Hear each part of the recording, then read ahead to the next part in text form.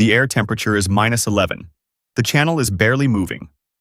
Along the riverbank, the shoreline has frozen in stages. First the shallow margins, then the stands of sedge and willow, then a thin skin of new ice spreading toward the center of the waterway. The water that remains open runs dark and slow. At the surface, a faint mist drifts between the ice edges. Ice fog, forming where residual warmth meets cold air faster than either can adjust. This morning, it has reached halfway across the channel. Somewhere close, a generator cycles on. Then a second. Then the outline of the structure appears through the early gray.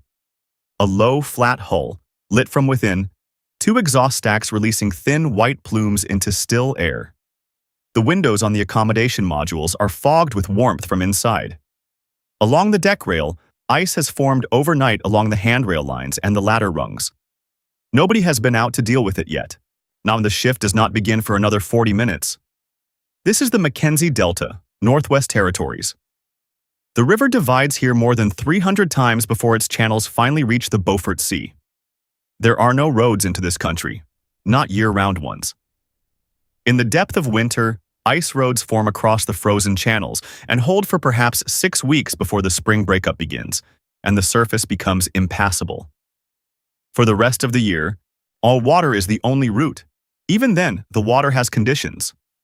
The structure in the channel is a modular living barge.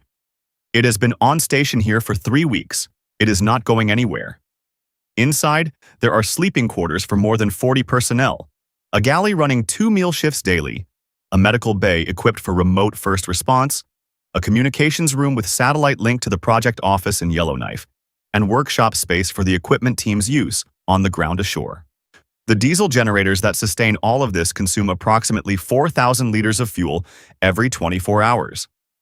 At transportation cost to this location, that number is significant. It is also non-negotiable. In temperatures that will reach -30 before this month is finished, those generators are not comfort infrastructure. They are the margin between a crew that can function and one that cannot. This is what sustained work in Canada's most isolated water corridors actually looks like. No hotel at the end of a road, or no canteen on a worksite, no shift change followed by a drive back to town. The worksite and the accommodation occupy the same hull, positioned at the exact location where the work must happen. The day shift begins in less than an hour. The generators continue their steady note. Outside, the ice moves silently down the channel toward the sea. The Mackenzie River Delta is one of the largest inland delta systems on the continent. Where the river makes its final approach to the Beaufort Sea, land and water become difficult to distinguish from one another. A low, flat expanse of channels, oxbow lakes, and sedge flats stretching across more than 13,000 square kilometers. In summer, much of it is navigable by shallow draft vessel. In winter, it is frozen solid. In the transition seasons, breakup in May, a freeze-up in October, it is unpredictable in ways that take years of local experience to read correctly. Resource development, environmental monitoring, pipeline integrity surveys, and infrastructure maintenance all require sustained human presence in this terrain. That presence cannot be commuted to. It cannot be trucked in each morning and removed each evening. It must be delivered to the site and sustained there, on the water, for the full length of the project. And the modular living barge is how that is done. Before we continue, if this kind of work is worth watching to you, consider subscribing to the channel. Every video here is built around real Canadian maritime operations, the vessels, the routes, the crews, and the conditions they work in. If that matters to you, the subscribe button is how you tell us, and we want to hear from you. Did you grow up near the water, in Newfoundland, Nova Scotia, EBC, the Maritimes, or somewhere along the St. Lawrence? Did a family member work the fishing fleets, the Coast Guard, a cargo run, a harbor tug? Did you spend time on these vessels yourself?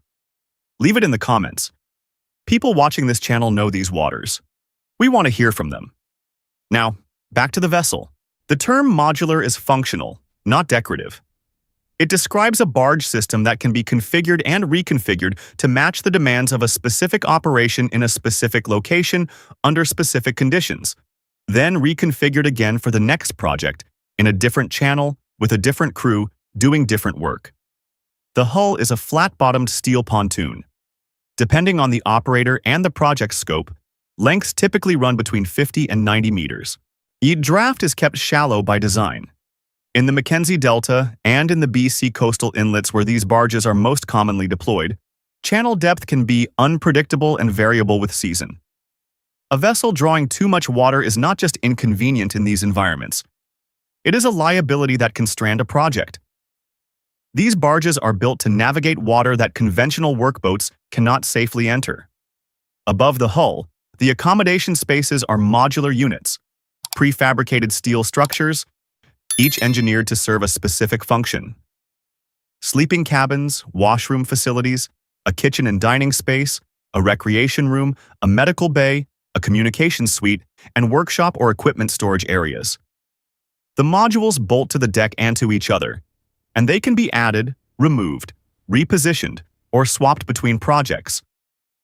A barge configured to house 40 personnel on a pipeline survey can be reconfigured to support 60 for a drilling season, or reduced to 20 for a smaller monitoring crew operating with a lighter footprint. Heating systems on northern deployed barges are engineered for sustained cold, not occasional cold. Insulated piping, redundant heating circuits, and enclosed gangway connections between modules mean that crew can move throughout the length of the barge without extended exposure to outside air temperatures. In conditions approaching -30, that design detail is not a comfort feature, and it is an occupational health requirement.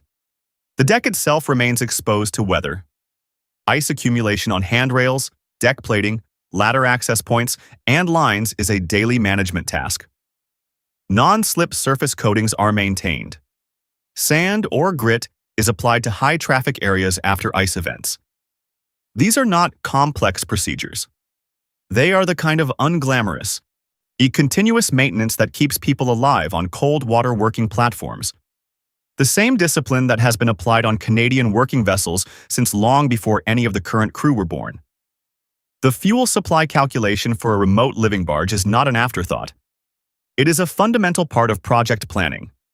At 4,000 liters of diesel per day, more in sustained cold below -25, a 30-day on-station deployment requires a carefully managed fuel inventory and a resupply schedule coordinated around river conditions.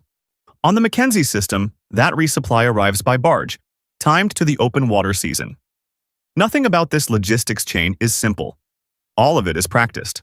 The crew aboard a remote living barge operates on a rotation schedule.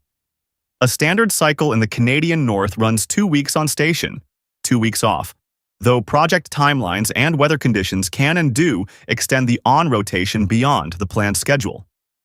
Crew changes are managed by a helicopter or small fixed-wing aircraft when conditions permit. When they do not, the rotation extends. Everyone on the barge understands that going in. The work being conducted from the barge varies with the nature of the project. Some pipeline integrity crews travel to the work site by small boat from the barge's deck, carrying inspection equipment to service buried and submerged infrastructure along the river corridor.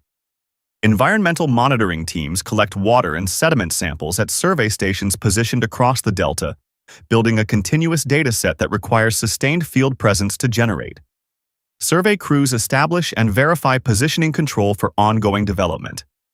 Each crew type needs different equipment, different expertise, and different daily rhythms, but all of them require the same foundation: a warm place to sleep, a reliable galley, and consistent power. The galley runs on a 12-hour offset meal schedule. Day crew eat before they depart. Night watch eat when they return. The cook's position on a remote barge is not peripheral, it is central. A crew that is not fed well does not work well. And in conditions where physical exposure and mental demands are continuous across every rotation day, that connection is not subtle. Galley quality is a crew welfare matter, and operators who have worked in remote barge environments understand this from direct experience. In the evenings, the recreation space carries the off-duty crew through the hours between dinner and sleep. A satellite uplink provides limited but functional internet access. Chessboards and card decks are standard equipment on most of these vessels. Books circulate. People talk. The social culture that develops on a remote barge under extended rotation is its own distinct thing. Compressed, practical, formed under conditions that have a way of sorting out what matters quickly. The BC coastal operations share the same logic, built on different geography. On remote inlets threading back from the inside passage, and on waterways feeding into the mountain watersheds of northern BC, modular living barges have supported forestry operations, our remote aquaculture site, maintenance, and infrastructure development work for decades. The terrain here is wetter, the light is different, and summers carry warmth that the Mackenzie corridor does not. But the isolation is equivalent. The nearest hospital can be a float plane right away. The nearest capable mechanic, further still. The barge is the answer in both places. It has been for a long time. There is a kind of knowledge that develops specifically in remote work environments, and it does not appear in any operator's manual or project specification. It is the knowledge of how a particular channel runs when the water level drops in late summer. Which bends carry current that will push a barge laterally under tow. Which sections of riverbank are stable, and which are undercut each spring by the freeze-thaw cycle working from below. Yet which weather patterns moving out of the northwest mean the helicopter will not be coming tomorrow, and which ones will break through before morning. The crew that has been on station for 3 weeks carries that knowledge about this particular stretch of the Mackenzie Delta.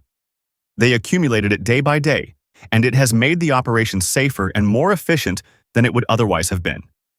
The crew that will replace them at the next rotation change will be briefed on the critical items, and the rest they will learn on their own time, the way it has always been learned in remote Canadian operations, by being there, paying attention, and asking questions of the people who have already been there longer. The modular living barge is what makes that accumulation of place-specific knowledge possible. Without sustained presence on the water, the operational picture never develops past the preliminary survey.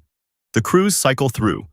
The barge remains, or it holds the continuity of the project in place week after week through weather that the southern part of the country does not experience and, in many cases, does not imagine. When this rotation concludes, another crew will arrive.